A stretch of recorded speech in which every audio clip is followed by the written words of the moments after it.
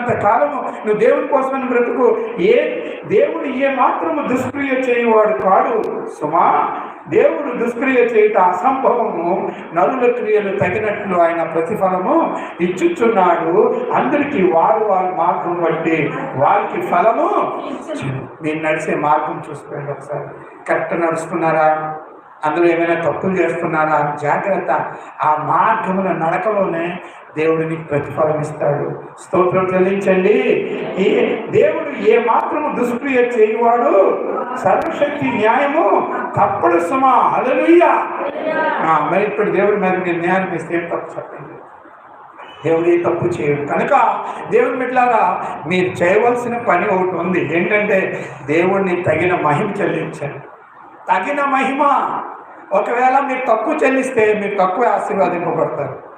మీరు ఆయనకి తగినట్లు మహిమ చెల్లిస్తే మీరు ఆశీర్వాదింపబడతారు.